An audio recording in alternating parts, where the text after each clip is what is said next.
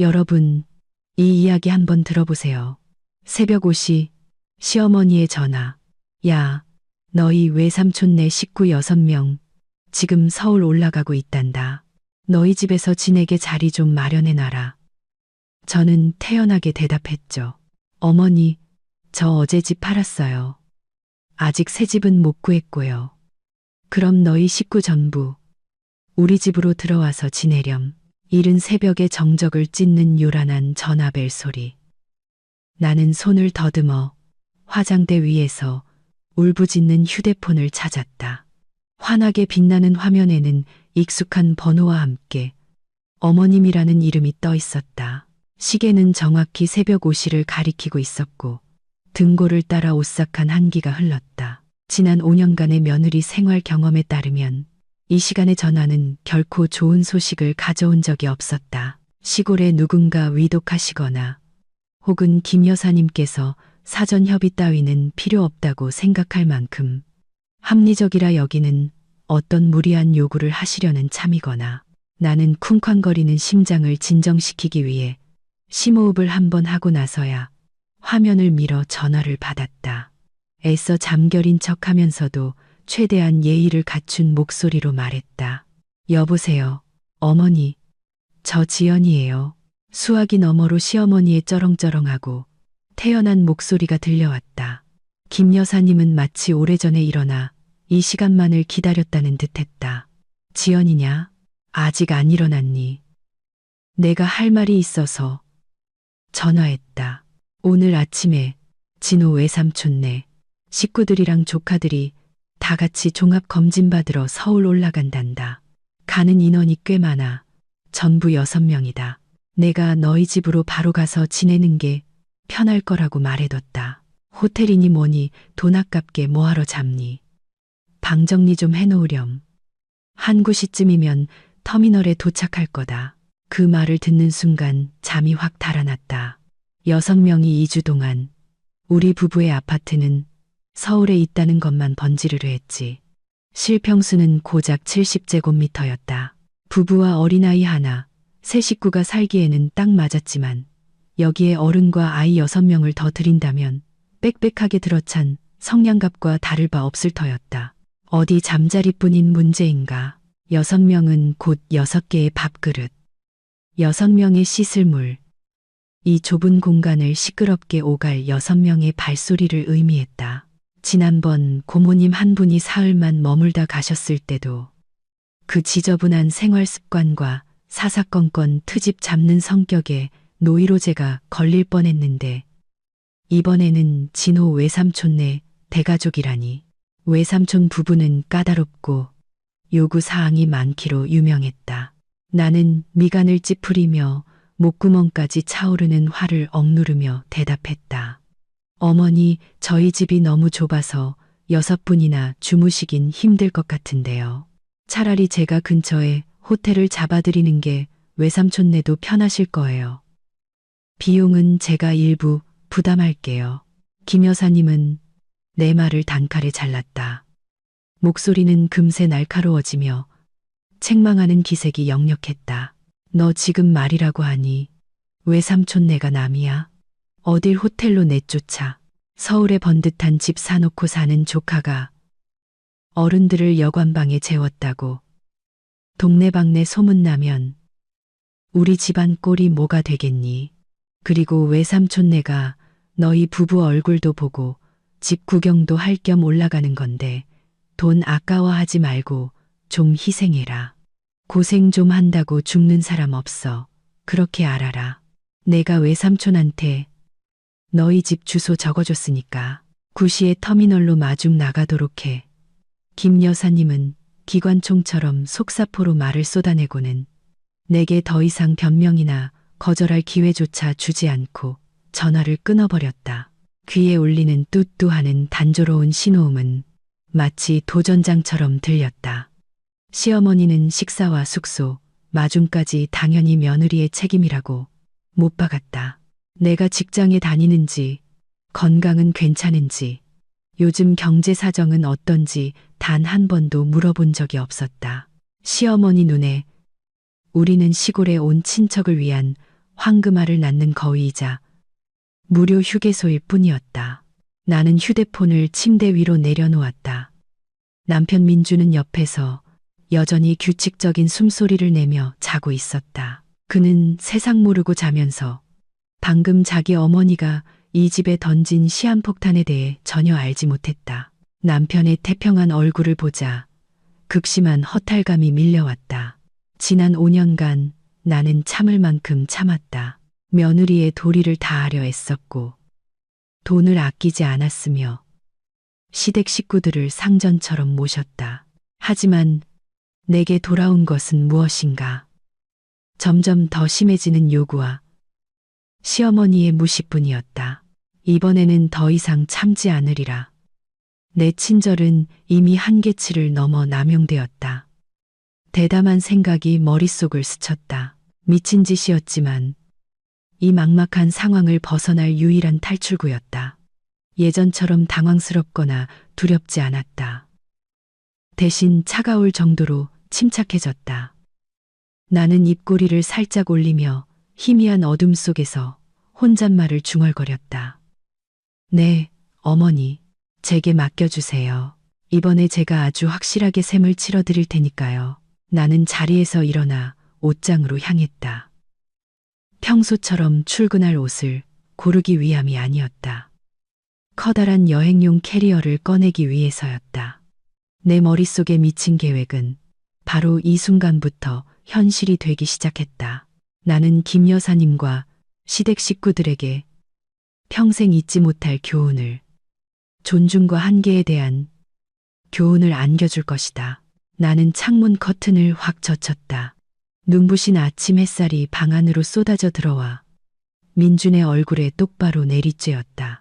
그는 눈을 찡그리며 잠을 더 자려는 듯 다른 쪽으로 몸을 돌렸다.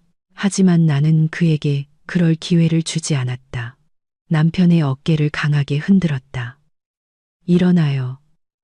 여보, 당장 일어나. 민주는 마지못해 몸을 일으켰다. 반쯤 감긴 눈으로 졸음과 의아함이 가득한 표정으로 나를 쳐다봤다. 머리는 까치집을 지었고 얼굴에는 아직 베개 자국이 선명했다. 그는 하품을 길게 한 번 하더니 투덜거렸다. 아침부터 왜 이렇게 시끄러워? 오늘 토요일이라 쉬는 날인데 잠 좀 더 자자. 나는 팔짱을 낀 채 그의 앞에 섰다. 내 얼굴은 분명 그 어느 때보다 차갑고 진지했을 것이다. 남편의 눈을 똑바로 쳐다보며 또박또박 말했다. 나 이 집 팔았어요. 어제 계약금 받고 이 아파트 매매 계약서에 도장 찍었어. 매수인이 오늘 당장 집을 비워달래. 일어나서 당신 짐부터 챙겨요. 새 집 구할 때까지 당분간 어머니 댁에 들어가서 살아야 하니까. 민주는 마치 내가 지구에 막 착륙한 외계인이라도 되는 듯 눈을 동그랗게 뜨고 나를 쳐다봤다. 졸음은 순식간에 달아났다. 그는 입을 떡 벌렸지만 아무 말도 하지 못했다. 10초쯤 지나서야 겨우 더듬거리며 되물을 수 있었다. 뭐라고? 집을 팔아? 당신 지금 농담하는 거지? 멀쩡히 잘 살고 있는데 왜 집을 팔아? 그리고 언제 팔았는데 난 왜 몰라? 집 문제 가지고 장난치는 거 아니야. 나는 그의 질문에 대답하는 대신 옷장으로 등을 돌려 걸어갔다. 커다란 캐리어 3개를 꺼내 서랍을 마구 열어젖히기 시작했다. 내 옷과 아들 옷을 닥치는 대로 캐리어에 단호하게 쑤셔 넣었다. 지익 캐리어 지퍼 소리가 민준의 의심을 갈기갈기 찢어 놓았다. 농담 아니야. 진짜야. 어제 어떤 사람이 시세보다 높게 부르길래 그냥 팔아버렸어. 서류 절차는 내가 다 알아서 처리했고 이제 당신한테는 2가지 선택지가 있어. 첫째, 일어나서 나랑 같이 이사갈 짐을 싸거나 둘째, 여기 남아서 새 주인한테 알아서 설명하거나. 민주는 침대에서 벌떡 일어나 내게 달려와 손목을 붙잡았다. 그의 얼굴은 분노와 혼란으로 붉게 달아올라 있었다. 당신 미쳤어. 지연아, 이 집은 우리 둘 공동명의 재산이야. 어떻게 나랑 상의 한마디 없이 마음대로 팔 수가 있어? 당신 나를 이 집에서 뭘로 보는 거야? 그리고 왜 이렇게 갑자기 팔아야 하는데? 우리 잘 살고 있었잖아. 나는 그의 손을 뿌리치고 싸늘한 눈빛으로 그를 쳐다봤다. 이제 그가 오랫동안 외면해왔던 냉혹한 현실을 마주할 시간이었다. 잘 살아. 당신은 내가 당신네 온 식구들 뒷바라지 하느라 등골이 휘는 이 생활을 잘 사는 거라고 말하는 거야. 방금 어머니가 전화해서 뭐라고 했는지 알아? 진호 외삼촌네 식구 6명이 여기 와서 2주 동안 지낼 거래. 이 70제곱미터짜리 집에 어떻게 그 사람들을 다 재울 건지 한번 생각해봐. 당신은 나랑 당신 아들을 어느 구석에 처박아 두고 당신네 친척들한테 자리를 내줄 생각이었는데 민주는 할 말을 잃었다. 그는 자기 어머니의 성격과 시골 친척들의 과도한 넉살을 잘 알고 있었다. 하지만 그는 여전히 힘없는 목소리로 변명하려 애썼다. 그냥 2주뿐이잖아. 식구들이 아파서 올라온다는데 우리가 도와줘야지. 뭘 그렇게 예민하게 굴어. 집을 파는 건 큰일이야. 이런 사소한 일 때문에 집을 팔면 어떡해. 나는 비웃었다. 아주 씁쓸한 웃음이었다. 당신한테는 사소한 일이 지난 5년간 계속됐어, 민준 씨. 내 인내심에도 한계가 있어. 난 이미 결정했어. 이 집 팔아서 더 넓은 빌라 살 돈 마련할 거야. 하지만 당장 집을 구할 순 없으니 우리 식구 다 같이 어머니 댁에 가서 잠시 신세 지는 거야. 당신 어머니도 집이 좁고 사람이 많으면 손님 치르는 게 얼마나 즐거운 일인지 한번 겪어보셔야지. 빨리 짐이나 싸. 용달차 곧 도착할 거야. 말을 마친 나는 다시 짐을 싸는 일에 몰두했다. 옷가지 하나, 개인 물품 하나를 꼼꼼하면서도 신속하게 캐리어에 정리했다. 일부러 물건을 상자에 세게 내려놓으며 내 결심을 보여주려 했다. 민주는 그 자리에 못 박힌 듯 서서 나를 낯선 사람처럼 쳐다봤다. 그는 아내가 이렇게 단호하고 무서운 모습을 보인 것을 처음 봤다. 그는 내가 농담하는 게 아니라는 것을 깨달았다. 이 집은 정말로 더 이상 우리의 것이 아니게 될 터였다. 민준의 얼굴에는 당혹감과 무력감이 역력했다. 그는 머리를 쥐어뜯으며 방안을 서성였다. 어머니에게 전화해서 사실을 확인하고 싶었지만 어머니의 호통을 들을까봐 두려웠다. 나를 말리고 싶었지만 내 단호한 태도를 보니 소용없다는 것을 알았다. 내가 너무나 강력한 선제 공격을 날려 그는 속수무책이었다. 시계를 힐끗 보니 이제 겨우 아침 6시였다. 그 침략군이 들이닥치기 전까지 아직 3시간이 남아 있었다. 이 완벽한 연극을 실행하기에 충분한 시간이었다. 나는 민준에게 텅 빈 여행 가방 하나를 던져주었다. 거기 멍하니 서 있지 말고 당신 짐이나 이 가방에 챙겨 꼭 필요한 것만 가져가고 나머지는 내가 고물상 불러서 싹 다 치워버릴 거니까. 민주는 떨리는 손으로 가방을 받아들었다. 그는 우리가 지난 몇 년간 애정을 쏟아 갖고 온 이 익숙한 침실을 둘러보았다. 이제 단 한 통의 전화와 자신의 무기력한 순종 때문에 이 모든 것이 과거가 되려 하고 있었다. 민주는 여행 가방을 바닥에 세게 내동댕이 쳤다. 처음의 두려움은 폭발적인 분노로 바뀌었다. 그는 나를 노려보며 목소리를 높이기 시작했다. 나 아무데도 안 가. 당신 정말 비이성적이야. 어머니가 전화했으면 그냥 좋게 거절하면 되잖아. 왜 일을 이 지경으로 만들어? 그 낡고 허름한 연립주택에 있는 어머니 집에 들어가 사는 게 얼마나 힘든지 알아? 거긴 좁고 덥단 말이야. 우리 애가 어떻게 견디겠어? 당신 지금 남편이랑. 나는 하던 일을 멈추고 그와 마주 섰다. 민준의 분노는 지난 몇 년간 내 마음속에서 들끓던 불길에 비하면 아무것도 아니었다. 나는 무서울 정도로 평온한 눈빛으로 그를 쳐다봤다. 좋게 거절하라고. 내가 안 해본 줄 알아. 지난 5년간 내가 거절했을 때 당신 어머니가 들어준 적 있어. 아니면 오히려 며느리가 버릇없고 시댁을 무시한다고 온 동네 소문내지 않았나? 그럼 당신은 아내 편 한 번 들어준 적 있어? 아니면 그냥 조용히 있다가 나한테 좋은 게 좋은 거라고 조금만 참으라고만 했잖아. 민주는 입을 다물었다. 그는 무언가 말하려 입을 열었지만 내가 손을 들어 막았다. 나는 더 이상 그 어떤 진부한 변명도 듣고 싶지 않았다. 어머니 집이 좁고 덥다고. 그런데 당신은 그 집에 당신네 친척 6명을 더 우겨 넣을 생각이었잖아. 당신은 당신 자식 고생하는 건 두려우면서 당신 아내가 시댁 식구들 시중들 다 죽어나는 건 두렵지 않아. 분명히 말해두는데 이번에는 절대 양보 안 해. 나는 민준에게 다가갔다. 우리 둘 사이의 거리는 한 뼘도 채 되지 않았다. 그의 눈을 깊이 들여다보며 최후 통첩을 날렸다. 이제 당신한테는 2가지 길이 있어. 첫째, 이번 한 번만 내 계획에 따라줘. 우리 어머니 댁에 가서 얼마간 지내면서 모두에게 존중이 뭔지 제대로 가르쳐 주는 거야. 내가 장담하는데 이 일만 잘 해결되면 우리 인생은 새로운 장을 열게 될 거야. 2번째 길은 당신 혼자 여기 남아서 당신네 친척들 잘 대접해.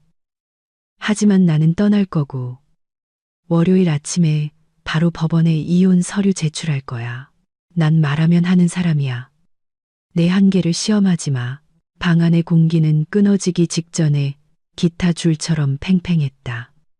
민주는 나를 뚫어지게 쳐다봤다. 내 얼굴에서 장난기나 협박의 기미를 찾으려 했지만 전혀 없었다. 차가움과 강철 같은 결의만이 있을 뿐이었다. 그는 소름이 돋았다. 오늘의 아내는 정말 다른 사람이었다.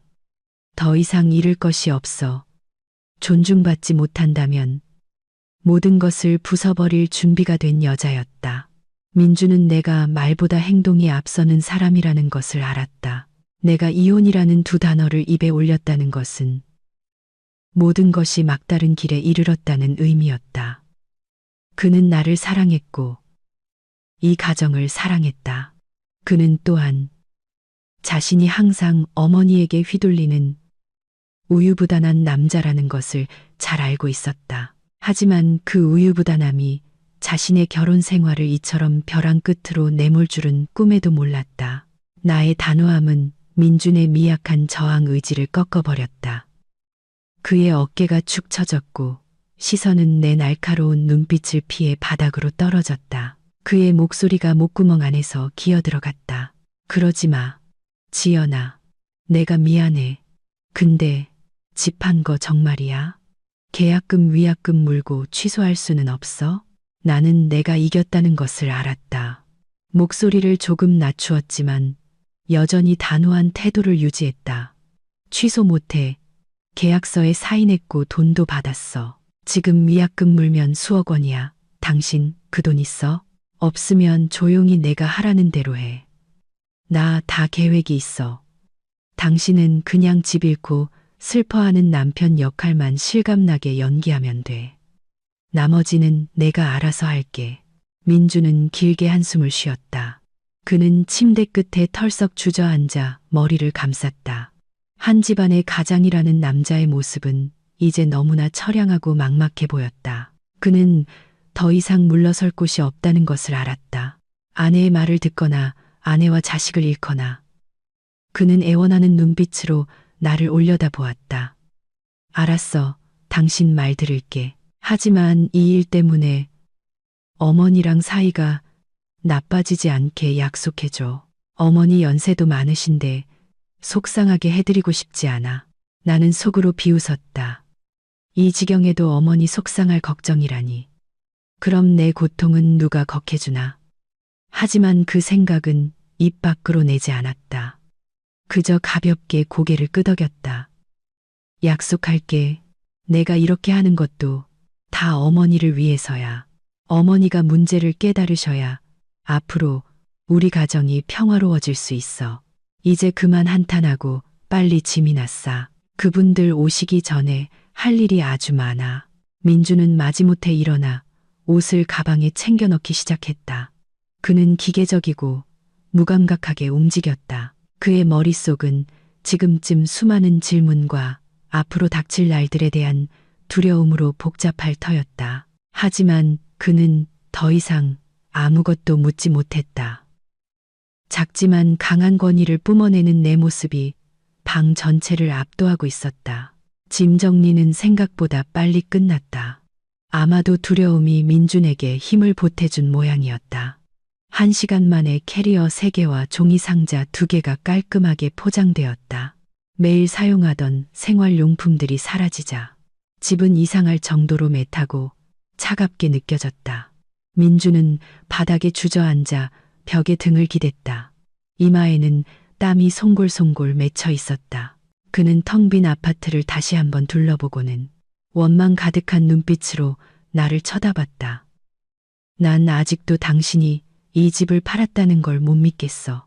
우리 부부의 추억이 얼마나 많은 곳인데. 당신 정말 잔인하다. 지연아, 나는 책상 서랍에서 서류를 확인하다가 그의 말에 잠시 멈췄다. 민준이 완전히 내 편이 되게 하려면 심리적으로 한 방 더 먹일 필요가 있다고 생각했다. 그는 내가 왜 이렇게 잔인해졌는지 명확히 이해해야 했다. 나는 개인 노트북을 켜서 화면을 민준 쪽으로 돌렸다. 지난 5년간 내가 남몰래 만들어 꾸준히 업데이트해 온 엑셀 파일을 열었다.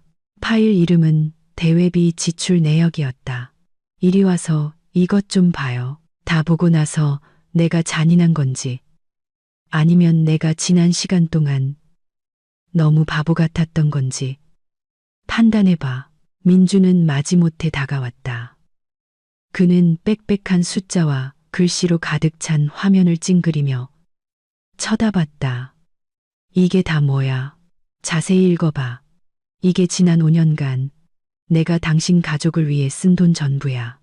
항목 하나하나, 날짜랑 내용까지 다 명확하게 적혀 있어. 민주는 읽기 시작했다. 그의 눈은 첫 줄부터 아래로 훑어내려갔다. 읽으면 읽을수록 그의 눈은 놀라움으로 점점 더 커졌다.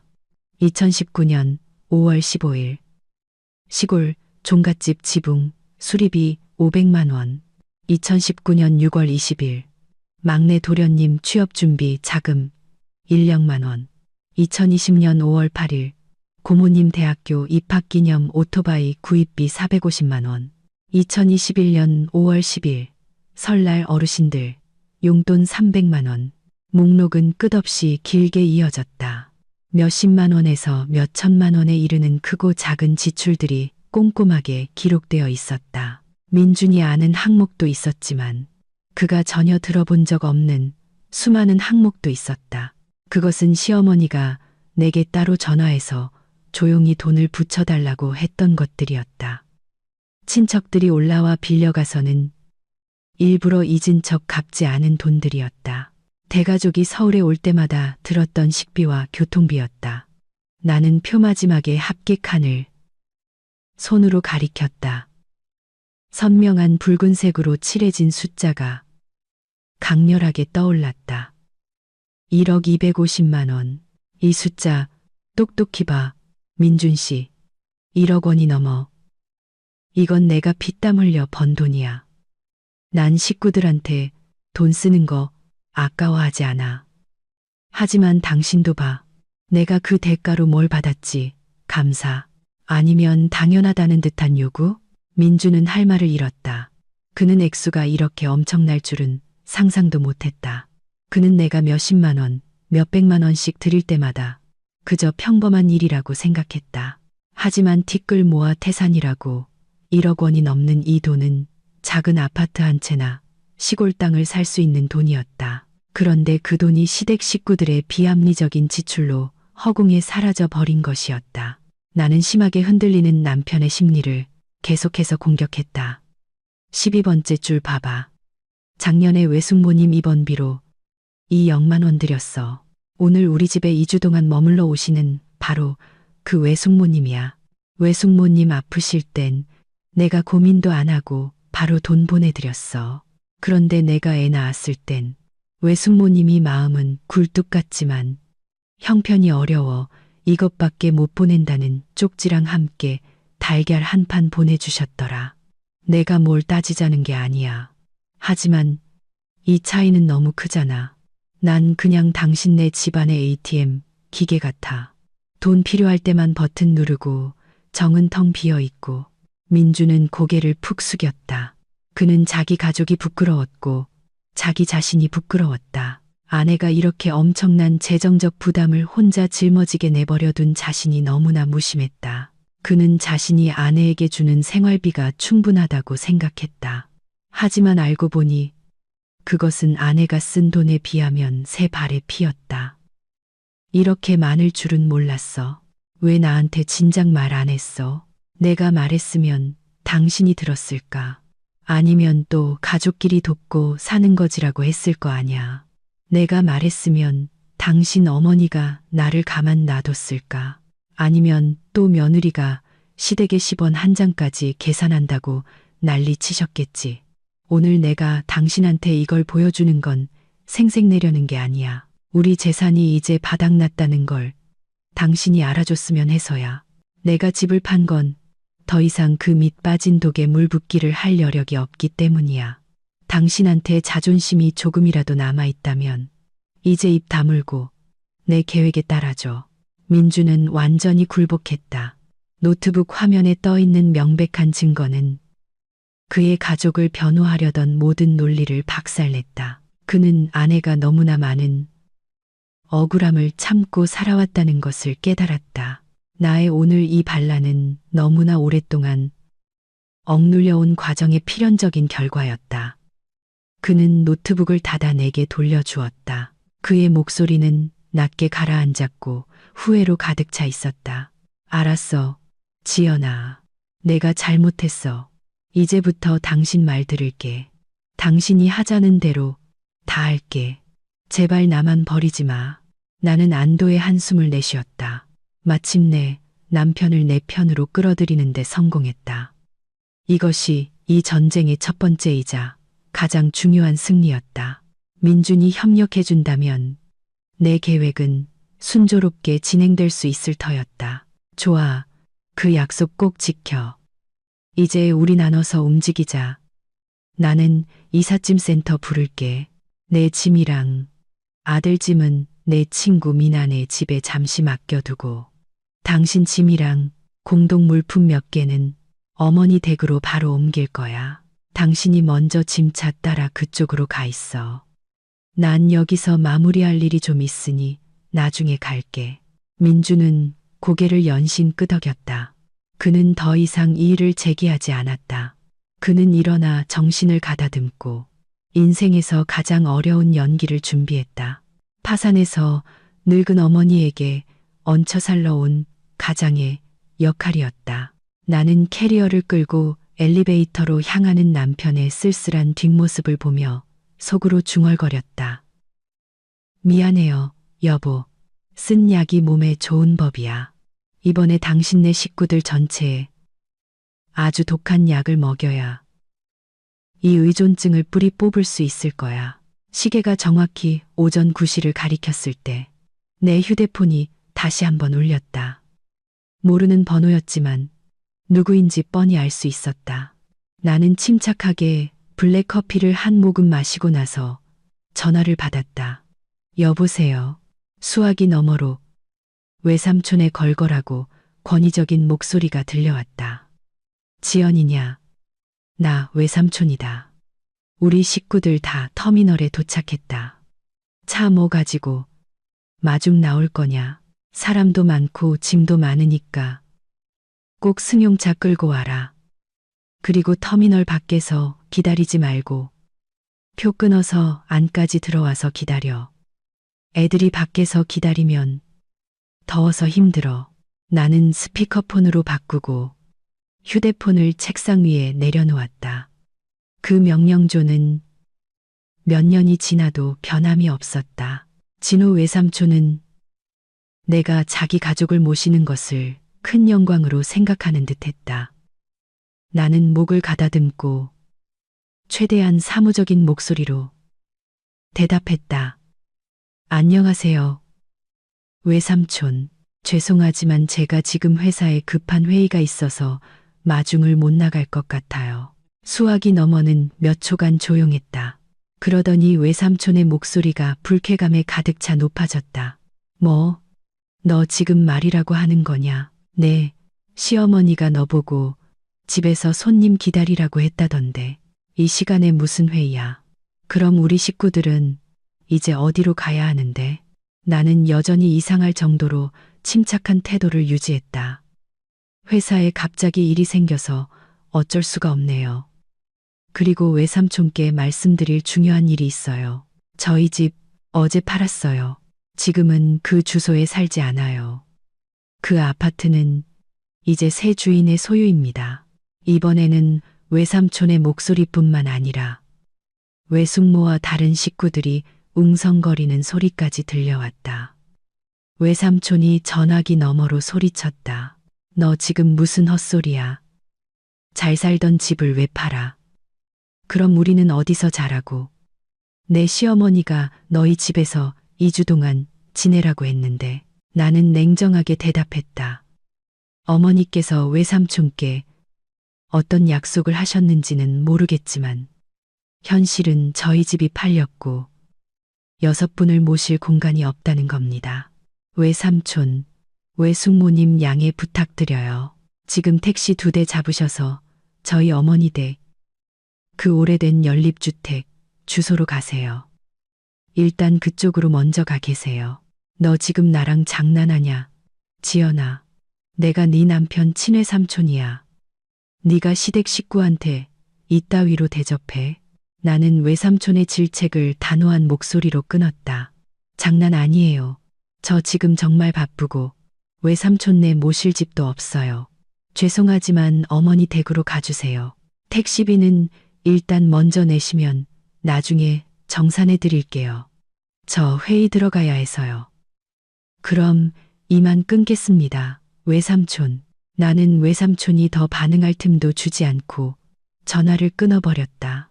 시끄러운 터미널 한가운데서 분노로 얼굴이 벌개졌을 외삼촌과 어리둥절해하는 식구들의 모습이 눈에 선했다. 하지만 조금도 미안하지 않았다. 내 친절은 그들에게 너무나 오랫동안 짓밟혀왔다. 오늘 나는 그들이 받아 마땅한 냉대를 조금 돌려줬을 뿐이다. 휴대폰이 바로 다시 울리기 시작했다. 이번에는 시어머니의 번호였다. 귀한 남동생에게서 며느리를 고발하는 전화를 막 받으신 모양이었다. 나는 깜빡이는 휴대폰 화면을 보다가 가차없이 거절 버튼을 눌렀다. 그리고 휴대폰을 비행기 모드로 전환했다. 주변이 절대적인 고요함에 휩싸였다. 나는 일어나 텅 빈 아파트를 마지막으로 둘러보았다. 해방감이 마음속에 스며들었다. 나는 도화선에 불을 붙였고 이제 재미있는 연극을 관람할 시간이었다. 집안의 모든 것은 깨끗하게 정리되었다. 나는 포장이사 서비스를 불러 큰 가구들을 창고에 맡겼다. 이제 집은 말 그대로 텅 빈 4개의 벽만 남았다. 나는 마지막 남은 내 캐리어를 끌고 문으로 향했다. 절친 미나가 아파트 1층 로비에서 기다리고 있었다. 미나는 이 계획의 전말을 아는 유일한 사람이자 나의 가장 든든한 지원군이었다. 그녀는 내가 시댁에 교훈을 주는 동안 나와 아들이 머물 방을 자기 아파트에 이미 마련해 두었다. 나는 가방에서 커다란 글씨로 인쇄된 A사 용지 한 장을 꺼냈다. 매매 진행 중인 집입니다. 방문을 삼가주세요. 나는 그것을 아파트의 묵직한 나무문에 반듯하게 붙였다. 이 종이는 혹시나 외삼촌네가 내 말을 믿지 않고 여기까지 직접 확인하러 올 경우를 대비한 확실한 증거가 될 터였다. 문을 꼼꼼히 잠근 후 나는 캐리어를 끌고 엘리베이터로 향했다. 그때 민준에게서 문자가 왔다. 어머니 댁에 도착했어. 짐도 다 옮겼고. 어머니 지금 충격이 크신 것 같아. 당신도 마음의 준비 단단히 해. 나는 옅게 미소 지었다. 충격받는 게 당연했다. 김 여사님은 지난 몇 년간 며느리의 보호와 봉양 속에서 살아오셨다. 이제 갑자기 벌거벗은 현실과 마주해야 하니 충격을 받지 않을 수 없을 것이다. 로비로 내려가니 미나의 차가 바로 문 앞에 서 있었다. 미나는 나를 보자마자 손을 흔들었다. 빨리 타. 이 대단한 친구야. 방금 보니까 촌스러운 옷차림에 짐을 잔뜩 든 사람들이 단지 입구에서 서성이더라. 딱 봐도 너희 시댁 식구들 같던데. 입주민 카드 없어서 경비원이 못 들어오게 막은 게 천만다행이지. 미나의 말에 웃음이 터졌다. 정말 세상은 좁았다. 하마터면 마주칠 뻔했다. 나는 재빨리 차에 짐을 싣고 조수석에 앉았다. 가자. 당분간 너한테 피신 좀 할게. 저쪽 전쟁터는 우리 남편이랑 시어머니가 알아서 해결하시겠지. 차가 고급 아파트 단지를 빠져나갔다. 나는 멀어져가는 고층 건물을 돌아보았다. 그곳은 한때 나의 보금자리였지만 보이지 않는 책임감 속에 나를 가두었던 감옥이기도 했다. 오늘 내가 떠나는 것은 도망치기 위함이 아니었다. 나 자신을 위한 존중을 되찾기 위함이었다. 한편 다른 곳에서는 민준의 짐을 실은 용달차가 김 여사님의 낡은 연립주택으로 이어지는 좁은 골목을 힘겹게 비집고 들어가고 있었다. 김 여사님 댁 문 앞에 쌓인 종이 상자 더미에 이웃들이 호기심 어린 눈으로 내다보았다. 민주는 어지럽게 널린 짐들 사이에서 땀을 뻘뻘 흘리며 서 있었다. 그는 이삿짐센터 직원들에게 지시를 내리는 동시에 어머니의 충격받은 눈빛을 마주해야 했다. 김 여사님은 문 앞에 얼어붙은 채 눈앞에 짐더미를 떨리는 손으로 가리켰다. 이게 다 뭐냐, 민준아. 왜 짐을 전부 이리로 가져온 거야? 네 마누라는 어디 가고 멀쩡하던 집이 왜 이 꼴이 됐어? 민준은 침을 꿀꺽 삼켰다. 그는 내가 미리 짜준 시나리오를 떠올리려 애썼다. 그는 극도로 비참한 표정을 지으며 기어들어가는 목소리로 어머니께 대답했다. 어머니, 저희 빚더미에 앉았어요. 빚 갚으려고 급하게 집을 팔았어요. 이제 갈 곳이 없어서 당분간 어머니 댁에 신세 좀 지려고요. 김 여사님은 그 말을 듣고 휘청거리며 쓰러질 뻔했다. 청천벽력 같은 소식에 그녀는 제대로 서 있을 수 없었다. 그녀는 아들 며느리가 사업에 성공해 좋은 집에 살며 친척들 앞에서 자신을 으쓱하게 해줄 거라 믿었다. 그런데 갑자기 빈털터리가 되어 자신에게 짐이 되러 돌아올 줄이야. 아이고, 세상에. 내 팔자야. 그럼 손님들은 어떡하니? 네 외삼촌네 곧 도착할 텐데. 집이 이 꼴인데 어떻게 손님을 맞아? 민주는 고개를 푹 숙이고 어머니의 눈을 차마 쳐다보지 못했다. 그는 진짜 악몽은 이제 시작이라는 것을 알았다. 낡은 택시 2대가 연립주택 입구에 멈춰섰다. 문이 열리고 6명의 사람들이 피곤하고 짜증스러운 표정으로 내렸다. 진호 외삼촌이 커다란 여행 가방을 든 채 길이 구불구불하고 찾기 힘들다며 큰 소리로 욕을 하며 앞장섰다. 그 뒤를 외숙모가 시골에서 가져온 과일 등이 담긴 크고 작은 보따리들을 양손 가득 들고 따랐다. 4명의 아이들이 그 뒤를 줄줄이 따라 걸었다. 그들 눈앞에 펼쳐진 광경은 전례 없는 혼돈 그 자체였다. 김 여사님의 1층 집 앞에는 민준의 짐이 산더미처럼 쌓여 공동 통로를 막고 있었다. 김 여사님은 더위와 충격으로 현관문 계단에 주저앉아 부채질을 하고 있었다. 민준은 집 안에 종이 상자를 쑤셔 넣을 공간을 찾느라 낑낑대고 있었다. 진호 외삼촌은 그 광경을 보고 눈이 휘둥그레졌다. 그는 빠르게 다가와 큰 소리로 물었다. 누님, 이게 다 무슨 일이에요? 왜 짐이 이렇게 엉망으로 널려 있어요? 민준이는 뭘 하길래 피난 가는 사람 꼴이에요. 김 여사님은 남동생을 보자 물에 빠진 사람이 지푸라기라도 잡는 심정이었다. 그녀는 울상을 지으며 하소연하려 했지만 집안 체면을 생각해 말을 도로 삼켰다. 그녀는 어색하게 웃으며 말했다. 제부랑 조카들 왔구나. 어서 들어와. 들어와서 물 한 잔에 얘기하자면 길어. 이따가 천천히 얘기해 줄게. 6명의 사람들은 짐 더미를 비집고 김 여사님의 50제곱미터 남짓한 집 안으로 들어갔다. 원래도 노인의 자질구레한 살림살이로 가득했던 집은 7, 8명의 사람들이 더 들어오자 숨막힐 정도로 비좁아졌다. 낡은 연립주택 특유의 퀴퀴한 냄새와 사람들의 땀 냄새, 부엌에서 흘러나오는 음식 냄새가 뒤섞여 형용할 수 없이 답답한 공기를 만들어냈다. 외숙모는 들어서자마자 코를 찡그리며 손부채질을 했다. 어휴, 형님. 집이 이렇게 답답해서 어떻게 숨쉬고 살아요. 근데 지연이는 집을 팔았다던데 그게 정말이에요. 김 여사님은 며느리 이름이 나오자 다시 화가 치밀어 올랐다.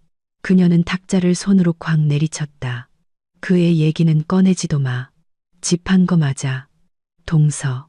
헐값에 팔아치우고 어디로 도망갔는지 알 수가 없어. 이 바보 같은 내 아들만 이 꼴로 돌아왔지. 진호 외삼촌은 눈을 동그랗게 떴다.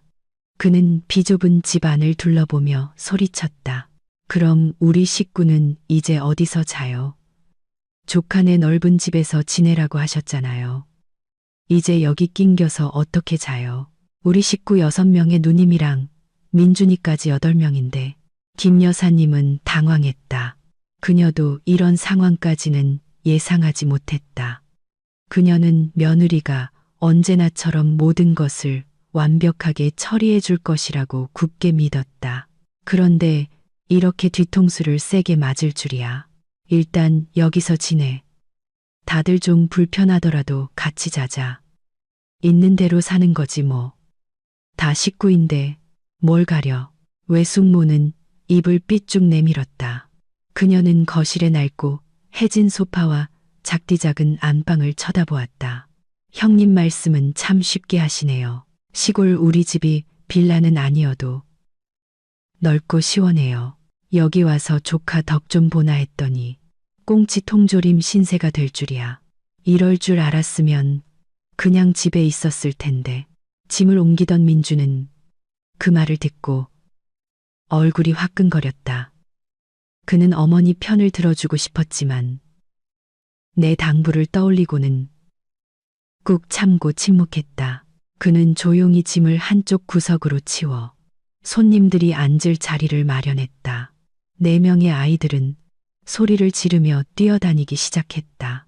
아이들은 김 여사님의 살림살이를 뒤지며 장난을 쳤고 집은 더욱 혼란스러워졌다. 시끄러운 소음, 어른들의 한탄, 아이들의 울음소리가 뒤섞여 방문 첫날부터 끔찍한 교양곡을 만들어냈다. 시계가 12시 정오를 가리켰다. 긴 여정 끝에 모두들 배가 고팠다. 외숙모는 의자에 털썩 주저앉아 부채질을 하며 투덜거렸다. 형님, 먹을 거 없어요? 애들이 배고파서 쓰러지겠어요. 아침에 급하게 나오느라 아무것도 못 먹었거든요. 김 여사님은 부엌에서 땀을 뻘뻘 흘리며 허둥대고 있었다. 예전에는 손님이 오면 항상 내가 미리 와서 음식을 준비했다. 그녀는 거실에 앉아 차를 마시며 손님들과 담소를 나누다가 식사 시간이 되면 상에 앉기만 하면 되었다. 하지만 오늘은 모든 것을 직접 해야 했다. 김 여사님의 부엌은 한 사람이 겨우 설 수 있을 정도로 작았다. 가스레인지는 낡아서 불꽃이 제멋대로 커졌다, 작아졌다 했다. 김 여사님은 아직 다듬지 않은 시금치와 외숙모가 가져온 털도 제대로 뽑지 않은 닭을 보며 어쩔 줄 몰라 했다. 조금만 기다려, 거의 다 됐어.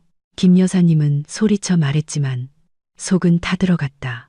그녀는 나이가 들어 손도 느려졌고 오랫동안 많은 사람을 위한 요리를 해본 적이 없어.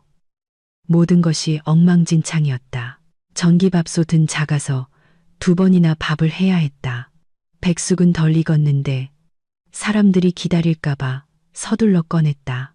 민준이 어머니가 힘들어 보이자 부엌으로 와서 도왔지만 그 역시 부엌일에는 서툰 남자였다. 모자는 한참을 낑낑댄 끝에 오후 1시가 넘어서야 겨우 밥상을 차릴 수 있었다. 밥상은 처참했다. 시금치 나물은 푹 삶아져 물렀고 색도 거무죽죽했다. 백숙은 크고 작은 조각으로 제멋대로 잘려 있었고 뼈 안쪽에는 핏기가 그대로였다. 양념장은 짜기만 했다. 모두들 집 중앙에 놓인 비좁은 밥상에 둘러앉았다. 외숙모는 밥상을 보고 질렸다는 듯 젓가락을 들 생각도 하지 않았다. 아니, 닭을 어떻게 삶았길래 이렇게 안 익었어요, 형님? 이거 먹고 배탈 나면 어떡해요? 진호 외삼촌은 닭고기 한 점을 집었다가 다시 내려놓았다. 그는 입맛을 다시며 말했다. 나물을 너무 삶았네. 영양소 다 빠졌겠어. 누님, 서울에서 오래 사셨는데 요리 솜씨는 시골보다 못하시네요. 김 여사님은 비난의 말을 들으며 목이 메었다. 그녀는 피곤하고 배고픈 데다 서러움까지 밀려왔다. 그녀는 내가 예전에 차렸던 정갈하고 먹음직스러운 밥상들을 떠올렸다. 그때는 내가 요란하게 음식을 차린다고 타박했었다. 이제야 그녀는 부엌에 서 있는 사람의 고충을 절실히 깨달았다. 아이들은 계란 프라이와 소시지를 달라고 아우성이었다. 김 여사님은 다시 불이 나게 부엌으로 달려가 아이들을 위해 계란을 부쳤다. 기름 튀는 소리, 밥 달라고 떼쓰는 아이들 울음소리, 어른들의 비난과 책망이 뒤섞여 김 여사님의 머리는 터질 것 같았다. 민주는 밥을 먹는 둥마는 둥했다. 그는 어머니가 외삼촌네 식구들 시중드느라 동분서주하는 모습을 보며 마음이 아팠다. 어머니를 위해 몇 마디 거들려 했지만 외삼촌이 말을 막았다. 민준아, 손님 대접을 이렇게 하면 안 되지. 우리가 귀한 손님인데 이렇게 부실하게 먹여도 되는 거냐? 네 마누라는 어디 갔어? 전화해서 당장 오라고 해. 집안 여자가 어디서 뭘 하길래 코빼기도 안 보여? 민주는 밥그릇을 내려놓았다. 그는 화를 억누르며 대답했다. 제 아내는 빚 갚을 돈 벌러 나갔어요, 외삼촌. 저희 집 망해서 사내진미 차려드릴 돈이 없어요. 외삼촌, 외숙모님 양해해 주시고 오늘 한 끼는 이걸로 때워주세요. 저녁에는 제가 통조림 사와서 편하게 먹죠. 진호 외삼촌은 통조림이라는 말에 길길이 날뛰었다. 통조림? 그런 걸 먹으라고? 그런 거 먹으면 암 걸려. 그냥 이따 오후에 네가 돈 내놔. 네 외숙모가 장 봐서 제대로 된 밥 해줄 테니까. 서울까지 올라와서 25대보다 더 못 먹고 사는 게 말이 돼? 식사는 무겁고 긴장된 분위기 속에서 끝났다. 김 여사님은 싱크대에 산더미처럼 쌓인 그릇들을 보며 한숨을 쉬었다. 예전에는 식사가 끝나면 내가 설거지와 정리를 도맡아 했다. 그녀는 이쑤시개를 쑤시며 텔레비전을 보기만 하면 되었다. 이제는 이 전쟁터를 혼자 치워야 했다. 김 여사님은 설거지를 하며 눈물을 훔쳤다. 며느리의 손길이 없다는 것이 얼마나 끔찍한 공허함으로 다가오는지 5년 만에 처음으로 느꼈다. 그리고 그녀는 앞으로 다가올 날들이 자신에게 지옥 같은 시간이 될 것임을 어렴풋이 깨달았다. 어둠이 내린 낡은 연립주택에는 여름의 후텁지근한 열기가 가득했다. 낮에도 시끄러웠지만 밤이 되자 김 여사님의 작은 집은 진정한 답답함의 절정을 맞았다. 8명의 사람들이 잠자리를 찾아야 하자 비좁은 공간은 한계까지 압축되는 듯했다. 김 여사님의 아파트는 작은 방 하나와 거실 겸 공동 생활 공간이 전부였다. 그녀의 신성한 공간이었던 침실은 이제 진호 외삼촌네 가족의 거처로 징발되었다. 삐걱거리는 더블 침대는 외삼촌 부부와 어린 두 아이의 무게를 힘겹게 견뎌내고 있었다. 좀 더 큰 두 아이는 침대 바로 옆 바닥에 이불을 깔고 누웠다. 민준과 김 여사님은 거실로 쫓겨났다. 다른 곳이 없어 그들은 차가운 타일 바닥 위에 낡은 돗자리를 깔아야 했다. 김 여사님은 딱딱한 베개를 베고 한쪽 구석에 웅크려 누웠다. 억울함이 가득했다. 그녀는 원래 허리가 좋지 않아 푹신한 침대에서 자는데 익숙했다. 이제 이렇게 바닥에서 자야 하니 견딜 수가 없었다. 천장 선풍기가 윙윙 돌아갔지만 찜통 같은 더위와 침실에서 새어나오는 진한 파스 냄새를 쫓아내지는 못했다. 진호 외삼촌은 자기 전에 파스를 붙이는 습관이 있었고 그 특유의 냄새가 공기 중에 맴돌며 김 여사님의 머리를 지끈거리게 했다. 시계는 이미 밤 12시를 가리켰지만 김 여사님은 뒤척이며 잠을 이룰 수 없었다. 얇은 벽을 뚫고 거실까지 울려 퍼지는 진호 외삼촌의 코골이는 천둥소리 같았다. 크고 작게 규칙적으로 울리는 코골이 소리는 김 여사님의 선잠을 방해했다. 옆에 누운 민준도 계속해서 몸을 뒤척였다. 그는 원래 에어컨이 켜진 방에 푹신한 침대에서 자는데 익숙했다. 이제 딱딱한 바닥에 웅크려 누워 땀을 뻘뻘 흘리자 답답해서 견딜 수가 없었다. 그는 아내와 함께 썼던 넓고 향긋한 침대를, 아내와 아이의 온기를 떠올리며 가슴이 미어졌다. 갑자기 진호 외삼촌네 막내의 울음소리가 밤의 정적을 찢었다. 엄마, 더워. 잠 못 자겠어. 집에 갈래. 외숙모가 부스스 일어나 아이를 달랬다. 아이의 울음소리에 외삼촌의 호통이 섞여 혼란스러운 소음이 만들어졌다. 시끄러워. 아빠 좀 자자. 뭐가 덥다고 난리야. 조용히 안 해? 매 좀 맞을래? 아이는 더 크게 울었다. 외숙모는 투덜거렸다. 당신은 애한테 소리만 지르면 다예요. 집이 찜통 같은데 누가 잠을 잘 수 있겠어요. 이럴 줄 알았으면 올라오지도 않았어. 아이고, 내 팔자야. 외숙모의 한탄은 문틈을 비집고 들어와 김 여사님의 심장에 비수처럼 꽂혔다. 그녀는 쥐 죽은 듯이 누워 숨소리조차 내지 못했다. 눈물이 흘러 베개를 적셨다. 너무나 서러웠다. 집주인이라는 이름이 무색하게 이제 거실 구석에서 웅크려 자야 했고 손님에게 온갖 핀잔까지 들어야 했다. 민주는 더 이상 참을 수 없었다. 그는 벌떡 일어나 베란다로 나가 담배를 피웠다. 칠흑 같은 밤하늘을 보며 마음이 무겁게 가라앉았다. 그는 휴대폰을 꺼내 내게 문자를 보내려다 그만두었다. 이 시간에 나와. 아들은 미나의 시원한 아파트에서 곤히 자고 있을 것이 분명했다. 그는 아내가 이런 극단적인 방법을 쓰게 만든 자신의 나약함을 자책했다. 하지만 동시에 그동안의 인내가 어떤 것이었는지 그 실체를 보게 해준 아내에게 내심 고마웠다. 그날 밤은 김 여사님과 민준에게 길고 긴 밤이었다. 그들은 뜬 눈으로 밤을 새우며 코골이 소리, 모기 소리, 그리고 자신들의 깊은 한숨 소리를 들었다. 손님을 맞이하던 처음의 설렘은 이제 끔찍한 공포로 변해 있었다. 다음 날 아침, 해가 뜨자마자 집은 시끄러운 시장 통처럼 변했다. 모두들 병원 갈 준비를 위해 서둘러 씻기 시작했다. 이때 새로운 전쟁이 시작되었다. 화장실 쟁탈전이었다. 집 전체에 작디작은 화장실 겸 욕실이 단 하나뿐이었다. 8명의 사람들이 줄을 서서 차례를 기다렸다. 외삼촌은 계속해서 소리를 질렀다. 좀 빨리빨리 못해. 진료 시간 다 됐는데 꾸물거리고 있어. 아내 누구야? 왜 이렇게 안 나와?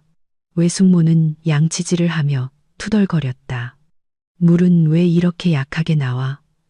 양치질도 제대로 못하겠네. 형님, 집이 전기고 수도고 다 엉망이에요. 김 여사님은 아침 식사를 준비하며 허둥대고 있었다. 그 말을 듣고도 그저 침묵할 뿐이었다. 그녀는 온 가족이 요기할 수 있도록 라면과 계란을 급히 끓였다. 아침 식사는 서둘러 대충 끝났다. 모두들 늦을까봐 안절부절 못했다. 식사를 마치고 온 가족이 문 앞에 모여 기다렸다. 평소 같았으면 내가 차를 몰고 문 앞까지 와서 모두를 태우고 병원까지 데려다주고 접수부터 모든 서류 절차까지 다 처리해 주었다. 하지만 오늘 집 앞은 텅 비어 있었다. 진호 외삼촌이 김 여사님에게 쏘아붙이듯 물었다. 그래서 지연이는 안 와요. 우리더러 알아서 가라는 거예요. 김 여사님은 우물쭈물했다. 그녀도 아침부터 내게 수십 통의 전화를 걸었지만 내가 받지 않았다. 아마 회사 일 때문에 바쁜가 보다. 제부랑 조카들, 미안하지만 택시 타고 가렴. 병원 가는 길은 찾기 쉬울 거야. 그때 민준이 출근 준비를 마치고 나왔다. 그는 오토바이를 끌고 나가며 소리쳤다. 외삼촌, 외숙모님, 저 출근해야 해요. 회사에서 출결 깐깐하게 체크해서 쉴 수가 없어요. 큰 길 나가서 택시 잡으시면 돼요. 시내 큰 병원으로 가달라고 하세요. 말을 마친 민주는 그대로 오토바이를 타고 떠나버렸다. 뒤에는 외삼촌 네 가족의 황당하고 분노에 찬 시선만이 남았다. 그는 마치 탈영병이 된 기분이었지만 다른 방법이 없었다. 그 숨막히는 분위기 속에서 단 1분도 더 견딜 수 없었다. 김 여사님은 아들의 뒷모습을 보며 가슴이 미어졌다. 그녀는 스마트폰으로 택시를 부르는 앱을 사용할 줄 몰랐다. 결국 그녀는 온 가족을 이끌고 큰 길까지 걸어가 택시를 잡아야 했다. 햇볕은 쨍쨍 내리쬐었다. 사람들은 짐을 들고 복잡한 차들 사이를 힘겹게 걸었다. 아이들은 덥고 다리 아프다며 칭얼대기 시작했다. 외숙모는 걸으면서 욕을 퍼부었다. 버르장머리 없는 것들. 식구들을 길바닥에 내버려둬. 이럴 줄 알았으면 집에 있었지. 한참 만에야 택시 2대를 잡을 수 있었다. 하지만 시골에서 올라와 길을 잘 모르는 탓에 바가지를 쓰는 택시 기사들에게 걸려 엄청난 요금을 내야 했다. 진호 외삼촌은 돈이 아까웠지만 다른 방법이 없어 울며 겨자 먹기로 지갑을 열었다. 병원에 도착해서는 인파와 복잡한 절차의 미로에 갇혔다. 내가 번호표를 뽑고 절차를 안내해 주지 않으니 그들은 이 과에서 저 과로 우왕좌왕했다. 용어는 생소하고 절차는 복잡해서 진땀을 뺐다. 진호 외삼촌은 시끄러운 병원 로비 한가운데 서서 너덜너덜해진 진료 접수증을 들고 분노로 얼굴이 시뻘개졌다. 그는 집에 있는 김 여사님에게 전화해서 소리쳤다. 누님, 댁의 며느리한테 사람답게 살라고 좀 전에요. 우리를 이렇게 개고생시켜도 되는 거냐고요. 길 잃고 헤매느라 택시비만 수십만 원 썼는데 아직 아무것도 진료 못 받았어요. 김 여사님은 집에서 전화를 받으며 눈물을 쏟았다. 그녀는 완전히 무력했다. 그녀는 예전에 나의 존재가 얼마나 중요했는지 깨달았다. 나는 마치 든든한 방패처럼 그녀와 가족을 일상의 번거로움에서 지켜주었다. 이제 그 방패가 사라지자 그녀는 외로움의 냉혹함을 절실히 깨달았다. 오후 3시 지친 일행이 병원에서 돌아왔다. 모두의 얼굴에는 길거리 먼지와 피로가 역력했다. 집에 들어서자마자 외숙모는 가방을 소파에 쿵 소리나게 던지고는 드러누워 한탄했다. 아이고, 삭신이야. 다리가 다 떨어져 나갈 것 같네. 병원 한 번 가는 게 전쟁 치르는 것 같으니 누가 견디겠어. 진호 외삼촌은 험악한 얼굴로 부엌에 들어가 물을 벌컥벌컥 마셨다. 그는 컵을 세게 내려놓아 물이 사방으로 튀었다. 누님 어딨어요? 나와서 이 택시비 영수증 좀 봐요. 얼마 안 되는 거리를 갔는데 한 대에 5만 원이나 받아먹었어요. 두 대면 10만 원이야. 약값은 보이지도 않는데 멍청하게 돈만 날렸네. 김 여사님은 아침에 먹다 남은 라면 봉지를 치우다 말고 황급히 달려 나왔다. 그녀는 영수증을 보고 속이 쓰렸다. 바가지를 썼다는 것을 알았지만 동생 부부에게 돌려줄 돈이 없었다. 제부, 화 풀어. 우리가 길을 잘 몰라서 그런가 보네. 다음에는 내가 민준이한테 길 그려달라고 할게. 외숙모는 그 말을 듣고 벌떡 일어났다. 다음도 있어요? 저는 사양할래요. 형님, 대개 며느리가 시댁 식구한테 하는 짓 좀 보세요. 이게 말이 돼요? 솔직히 우리 동네에 저런 며느리 있었으면 진작에 쫓겨났어요. 김 여사님은 고개를 푹 숙였다. 동서의 가시 돋친 말은 그녀의 자존심을 찔렀다.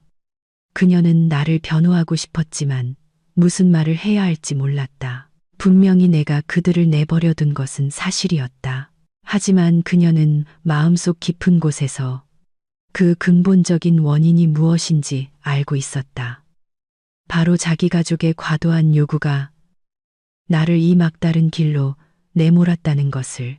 집에 돌아와 피곤한 아이들은 간식을 달라고 떼를 쓰기 시작했다. 김 여사님은 다시 허둥지둥 골목 가게로 달려가 과자와 음료수를 사와서 아이들을 달랬다. 그녀는 옷주머니 속에 동전을 세며 걸었다. 며칠간의 장보기 비용은 그녀의 얼마 안 되는 연금을 거의 다 써버렸다. 집에 돌아오자 진우 외삼촌이 시골에 전화해서 자신과 민준 부부를 험담하는 소리가 들렸다. 아이고, 형님들, 여기 와서 개고생하고 있어요. 집은 쥐구멍만 하고, 먹는 건 부실하고, 며느리는 코빼기도 안 보여요. 이럴 줄 알았으면 그냥 동네 병원이나 갈 걸 그랬어요. 김 여사님은 문 뒤에 숨어 남동생의 가혹한 말을 들으며 가슴이 찢어지는 듯 했다. 그녀는 자신의 능력 안에서 최선을 다해 정성껏 대접하려 했다. 하지만 돌아온 것은 비난과 무시뿐이었다. 그녀는 자신이 너무 체면에 집착하며 살았다는 것을 문득 깨달았다. 그녀는 항상 아들의 서울 생활에 대해 완벽한 그림을 그려 친척들에게 자랑하고 싶어 했다. 그리고 이제 그 그림은 갈기갈기 찢겨 회색빛의 얼룩덜룩한 실체를 드러내고 있었다. 그날 저녁 식사는 김 여사님에게 또다시 정신적인 고문이었다. 외숙모는 국이 짜다. 고기가 질기다. 진호 외삼촌은 밥을 먹으면서 온갖 불평을 쏟아냈다. 민주는 고개도 들지 못하고 조용히 밥을 먹었다. 집안 분위기는 상갓집처럼 무거웠다.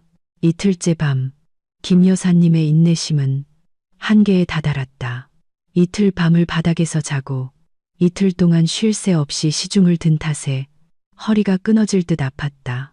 그녀는 의자에 털썩 주저앉아 싱크대에 산처럼 쌓인 더러운 그릇들을 보며 한숨을 쉬었다. 더 이상 버틸 수 없다고 느꼈다. 그녀는 떨리는 손으로 휴대폰을 드러내게 전화를 걸었다. 이틀이 지났으니 내 화도 좀 풀렸을 것이고 돌아와 자신을 도와줄 것이라고 기대했다. 지금 그 어느 때보다 내가 필요했다. 전화벨이 한참 울린 뒤에야 누군가 받았다. 그녀의 피로와는 완전히 대조적인 가볍고 편안한 내 목소리가 들려왔다. 여보세요, 어머니, 저예요. 김 여사님은 구세주를 만난 듯 기뻐했다. 그녀의 목소리는 힘없고 애원하는 투였다. 지연아, 집에 좀 와주렴. 나 너무 힘들다. 허리가 아파서 일어설 수도 없어. 밥이랑 설거지도 아무도 안 치웠어. 와서 나 좀 도와다오. 나는 친구 미나의 시원한 침실에서 마스크팩을 하며 쉬고 있었다. 시어머니의 한탄을 듣자 마음이 조금 아팠다. 하지만 지금은 마음이 약해질 때가 아니라는 것을 알았다. 지금 내가 돌아가면 공들여 만든 모든 연극이 수포로 돌아갈 터였다.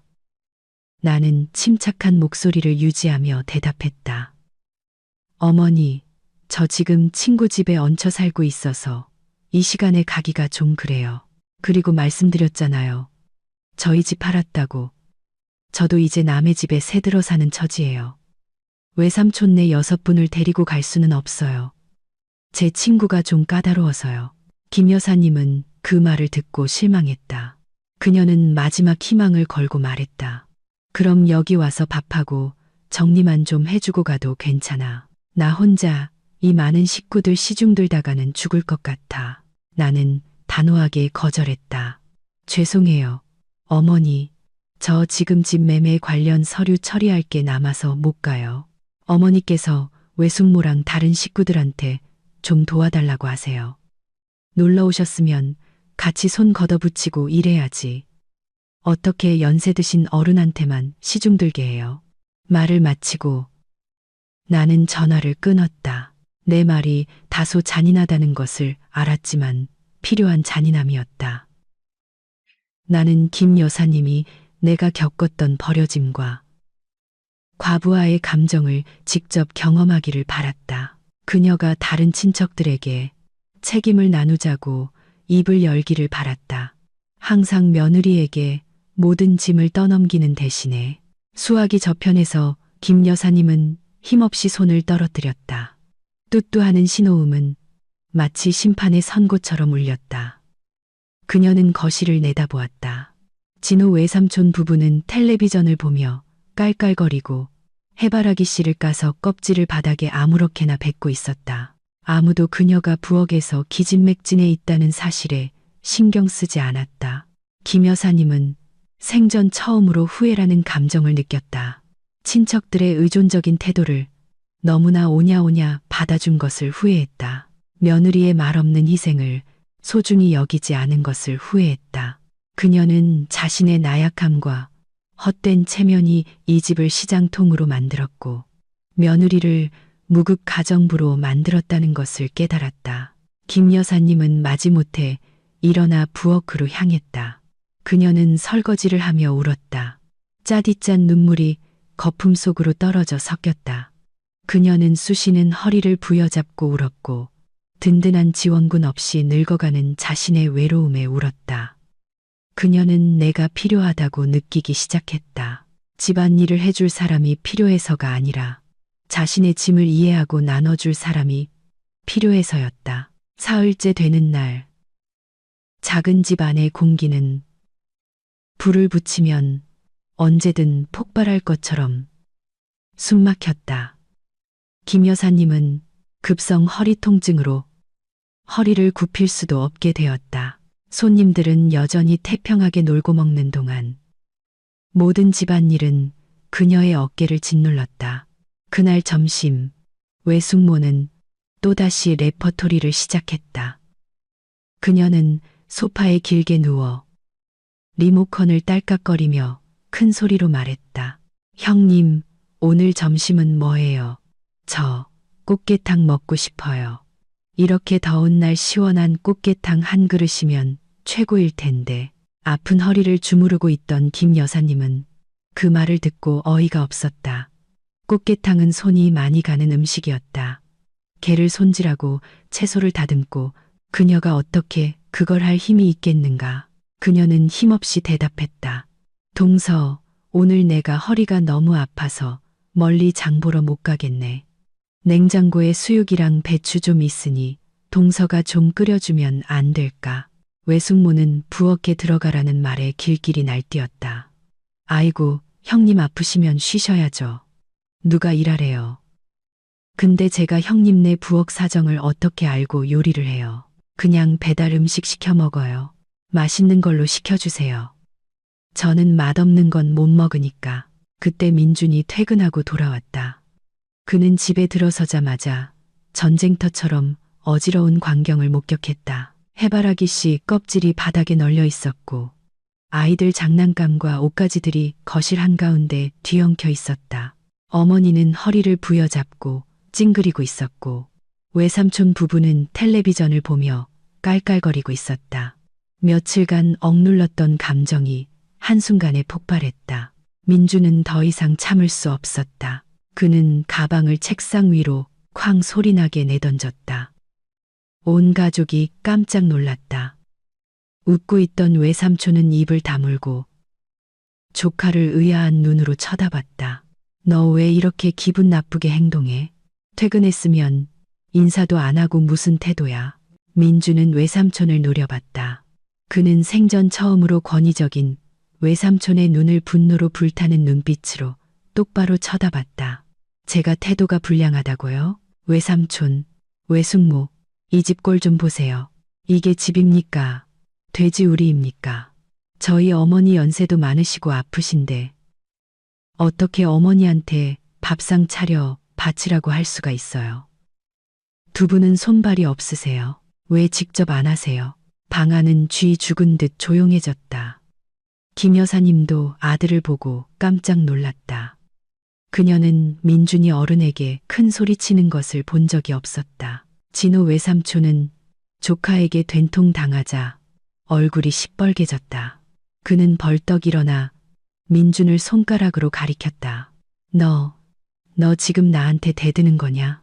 내가 네 외삼촌이야. 이 버르장머리 없는 놈. 민준은 비웃었다. 제가 안 쫓아냈잖아요. 하지만 손님도 분수는 알아야죠. 외삼촌, 저희 집 지금 빚더미에 앉아 집까지 팔았어요. 어머니는 아프시고요.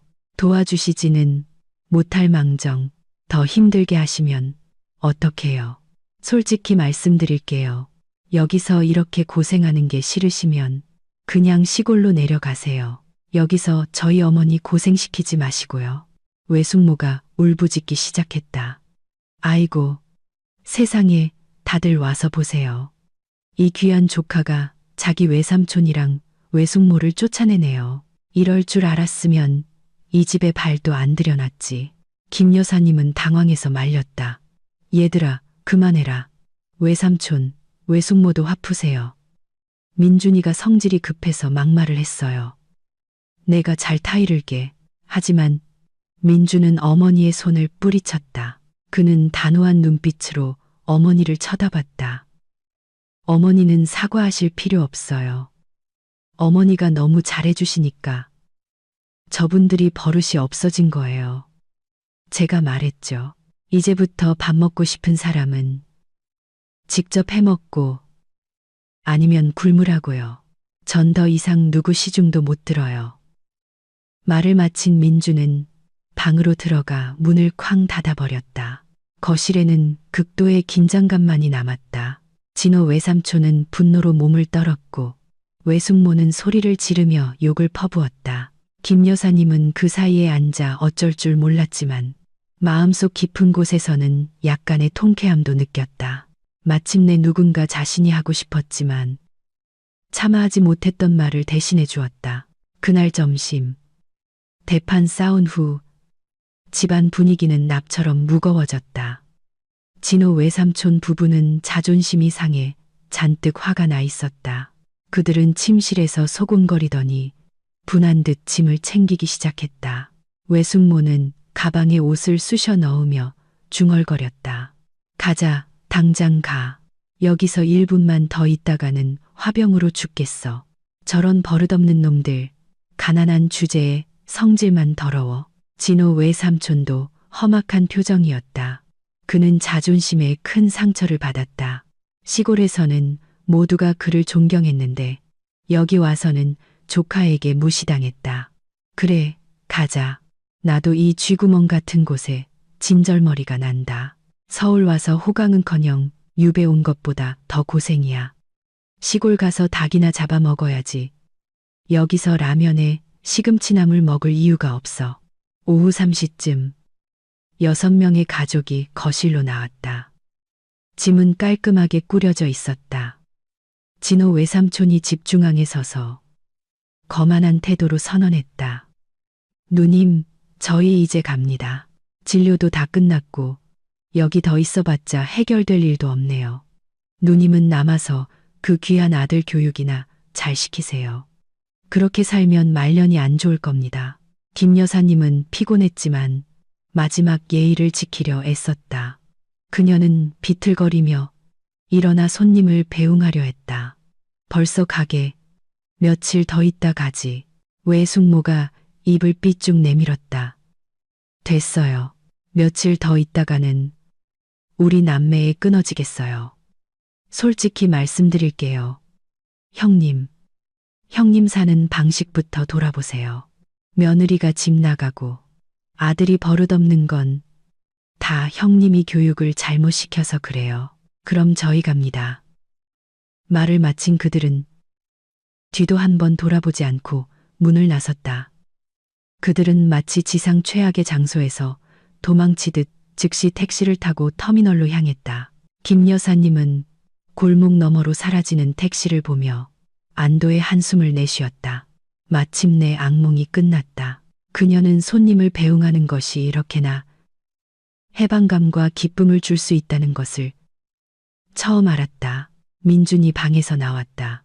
그는 어머니를 보고 텅 비고 어지러운 방을 보았다. 그는 아무 말 없이 빗자루를 들고 친척들이 남긴 쓰레기를 쓸기 시작했다. 김 여사님은 청소하는 아들을 보며 눈시울이 붉어졌다. 그녀는 지난 며칠간 자신뿐만 아니라 아들도 많은 것을 견뎌냈다는 것을 깨달았다. 집은 본래의 고요함을 되찾았지만 섬뜩할 정도로 조용했다. 아이들의 비명도 시끄러운 텔레비전 소리도 외삼촌의 명령조도 사라졌다. 오직 천장 선풍기가 돌아가는 소리와 민준이 바닥을 쓰는 소리만 남았다. 김 여사님은 낡은 소파에 멍하니 앉아 있었다. 그녀는 침략의 흔적이 아직 남아있는 집안을 둘러보았다. 과자 봉지, 음료수병, 바닥에 더러운 발자국, 모든 것이 지난 사흘간의 끔찍했던 기억을 상기시키는 흉터 같았다. 그녀는 지난 5년을 떠올렸다.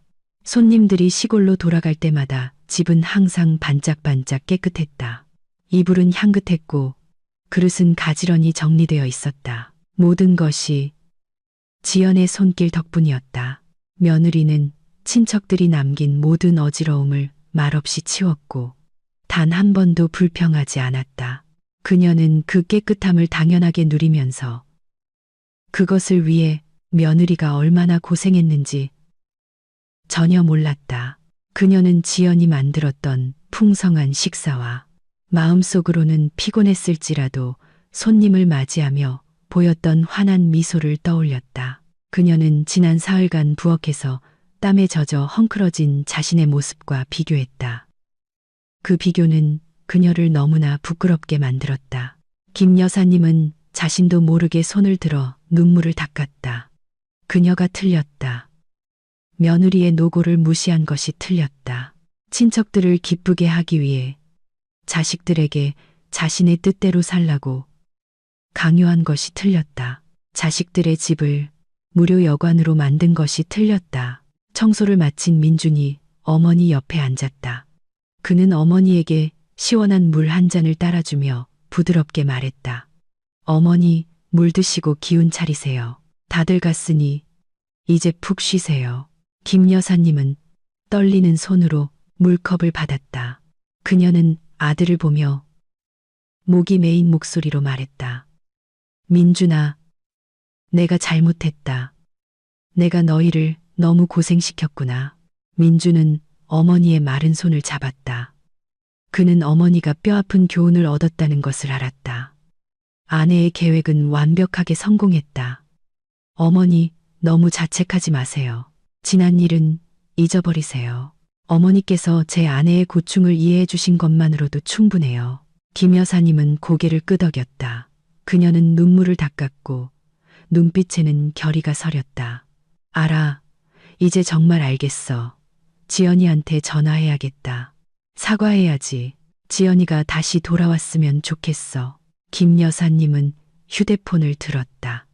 이번에는 권위적인 시어머니의 입장이 아니라 후회하는 어머니의 마음으로 전화를 걸었다. 그녀는 지연의 번호를 누르고 쿵쾅거리는 마음으로 기다렸다. 수화기 저편, 나는 미나와 함께 애프터눈 티를 마시고 있었다. 시어머니의 번호가 뜨자 미나에게 윙크를 하고 전화를 받았다. 여보세요, 어머니, 저예요. 김 여사님의 목소리가 떨리고 감정에 북받쳐 들려왔다. 지연아, 어디 있니? 집에 돌아와 주렴. 외삼촌네 다 갔다. 나는 놀란 척했다.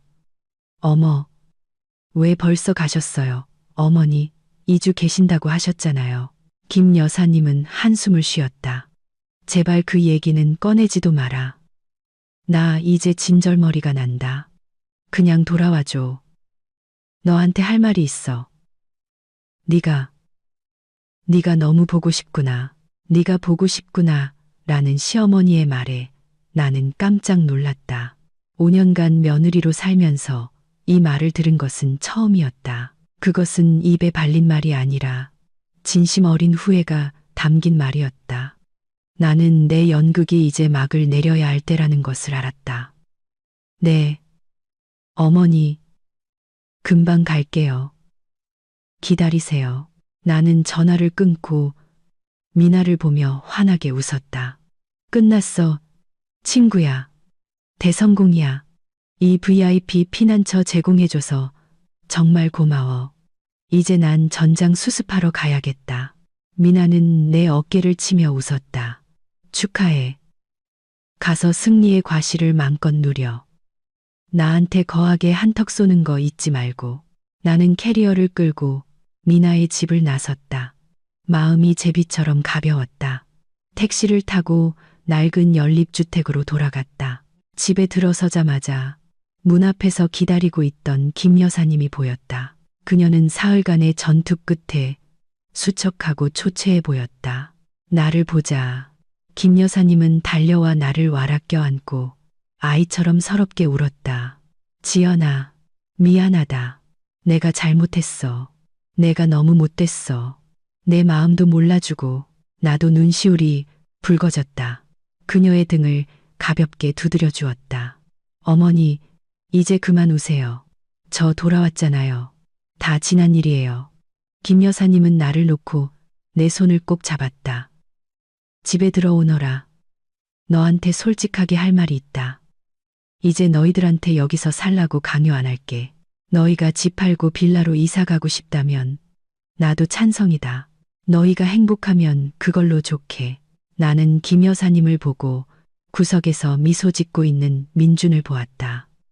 우리 가족이 진정으로 새로운 장을 열었다는 것을 알았다. 이해와 상호 존중으로 다시 쓰인 새로운 장이었다. 어머니 걱정 마세요. 저 집 안 팔아요. 그 집은 저희 부부의 추억이 담긴 곳인걸요. 저희 다시 그 집으로 돌아가서 살 거예요. 그리고 이제부터는 저희 방식대로 살게요. 어머니, 김 여사님은 고개를 연신 끄덕였다. 그래, 너희들 뜻대로 하렴. 나 이제 간섭 안 할게. 약속한다. 저런 우리 세 사람은 서로를 보며 웃었다. 폭풍우가 지나간 뒤에 행복하고 안도감 넘치는 웃음이었다. 나는 그날의 대담한 결정에 속으로 감사했다. 때로는 평화를 얻기 위해 편견과 무관심을 씻어낼 폭풍을 기꺼이 만들어내야 할 때도 있는 법이다. 화해의 눈물이 흐른 후 낡은 집안의 공기는 깨끗하게 씻긴 듯했다. 나는 시어머니를 의자에 앉혀드리고 부엌으로 가 따뜻한 물 한 잔을 드렸다. 그녀의 초췌한 모습을 보니 내 마음도 아팠다. 김 여사님은 원래 건강하고 활기찬 분이셨는데 단 사흘 만에 10년은 늙어 보였다. 눈가는 차랬고 흰머리가 더 늘었으며 손은 여전히 떨리고 있었다. 나는 맞은편에 앉아 그녀의 마른 손을 잡았다. 지금이 바로 해야 할 모든 말을 할 가장 적절한 때라고 생각했다. 이 변화가 일시적인 감정이 아니라 장기적인 약속이 되어야 했다. 어머니 이렇게 힘들어 하시는 모습 보니 제 마음이 너무 아파요. 제가 불효한 거 알아요. 하지만 저도 정말 막다른 길이었어요. 김 여사님은 고개를 저으며 다시 눈물을 글썽였다. 아니야, 네가 불효한 게 아니라 내가 잘못했다. 내가 너를 막다른 길로 몰았어. 며칠 동안 누워서 곰곰이 생각해 봤는데 내가 너무 못됐더라. 헛된 체면 때문에 친척들한테 좋은 소리 듣고 싶어서 너희한테 모든 짐을 지웠어. 너희도 너희만의 삶이 있고 쉬어야 한다는 걸 잊고 있었어. 나는 부드럽게 말을 이었다. 저는 어머니나 시댁 식구들한테 돈 쓰는 게 아까웠던 게 아니에요. 어머니도 제 성격 아시잖아요. 정말 어려운 사람이 있으면 기꺼이 도와요. 하지만 뭐든지 한계가 있는 법이에요, 어머니. 제가 비합리적인 요구까지 다 들어주기 위해 등골이 휘도록 일할 수는 없어요. 제가 민준 씨한테 보여준 1억 원이 넘는 지출 내역은 생색내려는 게 아니었어요. 그 사람과 어머니께서 사람의 힘에는 한계가 있다는 걸 알아주셨으면 했어요. 이대로 계속 가면 저희 부부 버틸 수 없어요. 김 여사님은 부끄러움에 고개를 숙였다. 그녀는 구체적인 액수가 그렇게 클 줄은 몰랐다. 매번 몇십만 원씩 달라고 할 때는 우리 수입에 비하면 아무것도 아니라고 생각했다. 그녀는 티끌 모아 태산이라는 것을, 그 자잘한 지출들이 우리 경제를 얼마나 끔찍하게 갉아먹었는지 몰랐다. 알아, 지연아. 내가 미안하다. 이제부터는 절대 너희한테 친척들 돈 붙여달라고 안 할게. 각자 자기 인생은 자기가 책임져야지. 나도 이제 늙었다. 너희가 행복하게 사는 것만 보면 더 바랄 게 없어. 지금까지 조용히 옆에 앉아있던 민준도 입을 열었다. 그의 목소리는 이전보다 훨씬 차분하고 단호했다. 저도 잘못했어요. 어머니, 제가 집안의 남자면서 나약해서 제 아내를 지켜주지 못했어요. 어머니 뜻에 따르는 게 효도라고 생각했는데 알고 보니 어머니와 아내 모두를 힘들게 하고 있었어요. 며칠 동안 어머니 고생하시는 모습을 보고 제가 얼마나 무심했는지 깨달았어요. 김 여사님은 아들을 보고 며느리를 보았다. 그녀의 눈빛에는 믿음과 희망이 서려 있었다. 그녀는 폭풍우가 지난 후 가족이 무너지기는커녕 이해와 진심을 통해 더욱 단단해졌다는 것을 깨달았다. 분위기가 진정되자 나는 가장 중요한 진실을 밝히기로 결심했다. 팔았다고 거짓말했던 집에 대한 진실이었다. 이것이 나의 마지막 도박이었다. 지금 말하면 어머니가 화를 내실 수도 있지만 말하지 않으면 이 연극은 완벽하게 끝나지 않을 터였다. 나는 심호흡을 한 번 하고 시어머니의 눈을 똑바로 쳐다봤다. 어머니, 제가 고백할 게 하나 더 있어요. 하지만 꼭 침착하게 제 말 끝까지 들어주셔야 해요. 김 여사님은 걱정스럽게 나를 쳐다봤다. 무슨 일이니? 아주 심각한 일이니? 집 문제요, 어머니. 사실 저 집 안 팔았어요.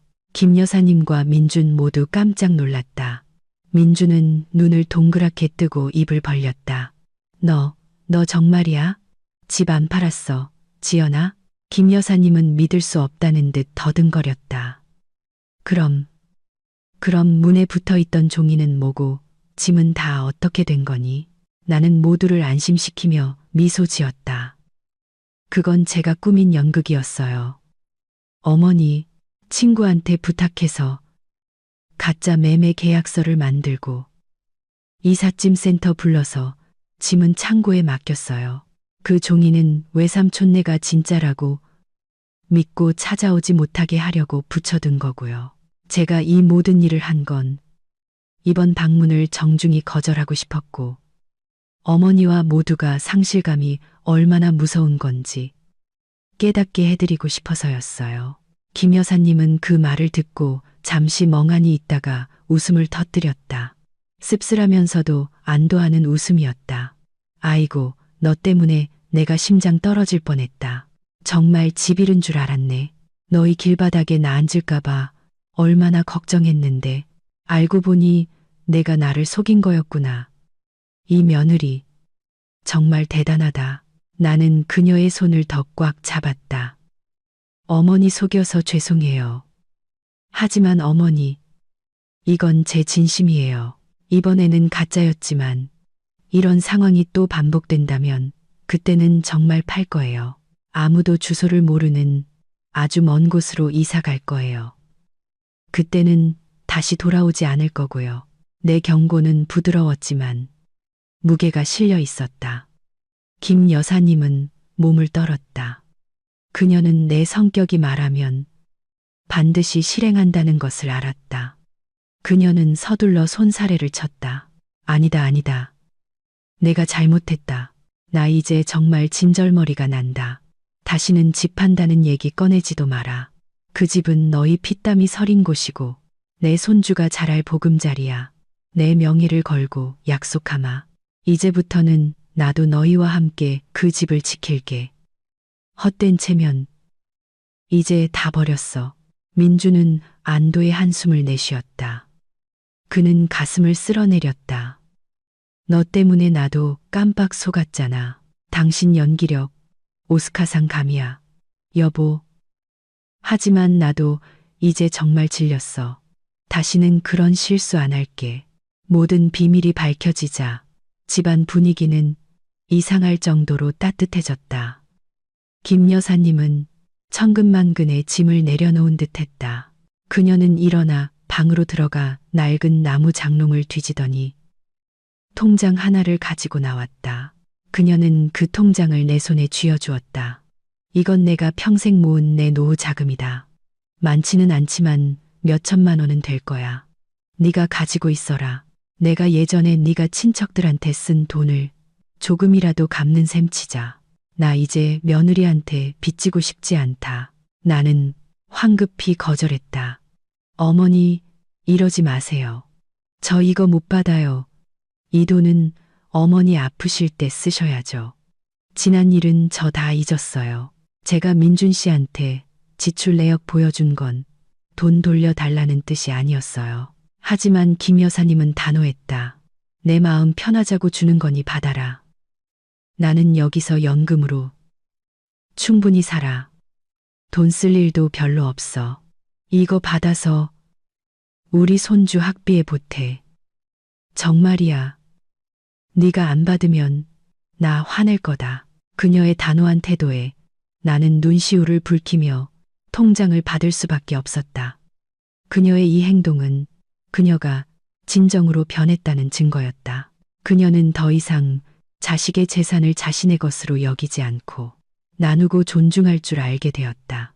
네, 그럼 제가 어머니 대신 잠시 맡아둘게요. 어머니 필요하실 때 바로 드릴게요. 김 여사님은 온화하게 웃었다. 아주 오랜만에 그녀의 얼굴에서 다시 보는 미소였다. 이제부터는 너희 아이 키우는 방식이나 돈 쓰는 문제에 절대 간섭 안 할게. 너희도 다 컸으니 알아서 잘하겠지. 나는 주말에 손주 데리고 와서 같이 밥 한 끼 먹어주면 그걸로 좋게. 그리고 시골에서 오는 손님들한테는 단호하게 말할 거다. 올라오려면 숙식은 알아서 해결하라고. 이제 우리 집에 재워줄 수 없다고 말이야. 미운 털 박히더라도 그게 맞는 것 같아. 민준도 신나서 거들었다. 맞아요, 어머니. 이제 우리를 위해 살아야죠. 저도 이제부터 술자리 줄이고 일찍 들어와서 아내 집안일 돕겠다고 약속할게요. 다시는 지연이 힘들게 안 할 거예요. 나는 내 인생에서 가장 중요한 두 사람이 한마음으로 변화를 약속하는 모습을 보며 가슴 벅찬 행복을 느꼈다. 폭풍은 지나가고 그 어느 때보다 맑고 푸른 하늘이 남았다. 앞으로의 길이 여전히 험난할 수 있겠지만 이해와 존중이라는 이 단단한 기반 위에서 우리 가족은 모든 것을 이겨낼 것이다. 화창한 일요일 아침, 우리 부부와 김 여사님은 아파트로 돌아왔다. 나는 문에 붙어 있던 매매 진행 중 종이를 직접 떼어내 동그랗게 구겨 쓰레기통에 버렸다. 그 작은 행동은 어두웠던 날들의 끝을 알리는 의식과도 같았다. 문을 열고 들어선 집은 아직 텅 비어 있었지만 햇살로 가득했다. 나는 보금자리의 익숙한 향기를 깊이 들이마셨다. 집으로 돌아온 느낌은 정말 최고였다. 온 가족이 함께 청소를 시작했다. 나는 창고에 전화해 짐을 다시 옮겨달라고 했다. 기다리는 동안 민준과 김 여사님은 창문을 닫고 바닥을 청소했다. 웃음소리가 아파트에 가득 울려 퍼졌다. 오후가 되자 모든 것이 제자리를 찾았다. 집은 다시 예전처럼 아늑하고 편리한 모습을 되찾았다. 나는 거실 테이블 위에 향기로운 백합을 꽂았다. 김 여사님은 부엌에서 집들이 음식을 준비했다. 그날 저녁 식사는 사내 진미는 없었지만 온 가족이 좋아하는 소박한 음식들로 가득했다. 꽃게탕, 제육볶음, 시금치나물. 하지만 그것은 내가 지난 5년간 먹었던 그 어떤 식사보다 맛있었다. 가족의 정과 소중함이 가득 담긴 식사였다. 민준이 어머니께 가장 맛있는 고기 한 점을 집어드렸다. 어머니, 많이 드시고 기운 차리세요. 며칠 동안 너무 고생하셨어요. 김 여사님은 환하게 웃었다. 나 이제 괜찮다. 너희 집에 이렇게 돌아오니 바로 기운이 나네. 역시 우리 며느리 음식 솜씨가 최고야. 정말 대단해. 나는 행복하게 웃었다. 어머니, 자꾸 칭찬만 하시네요. 자, 우리 모두 이 재회를 축하하며 건배해요. 세 개의 잔이 쨍하고 부딪혔다. 그 맑은 소리는 아름다운 새 출발을 알리는 종소리 같았다. 나는 집안을 둘러보고 남편을 보고 시어머니를 보며 인생에 감사했다. 이 깨달음의 교훈은 다소 혹독했지만 그대가는 충분히 치를 가치가 있었다. 나는 물질적인 집을 지켰을 뿐만 아니라 우리 모두를 위한 더 단단한 마음의 집을 다시 세웠다. 그날 밤 나는 익숙한 침실에서 남편 옆에 누웠다. 민준이 나를 품에 안고 속삭였다. 고마워, 여보. 내가 하지 못했던 일을 용감하게 해줘서 고마워. 정말 많이 사랑해. 나는 미소 지으며 남편의 가슴에 기댄 채 깊은 잠에 빠져들었다. 내일은 새로운 날, 에너지와 사랑으로 가득한 날이 될 것이다. 그리고 나는 내 인생의 주인인 여성의 자세로 그날을 맞이할 준비가 되어 있었다. 끝까지 들어주신 여러분, 진심으로 감사합니다. 다음 영상에서 다시 뵙겠습니다.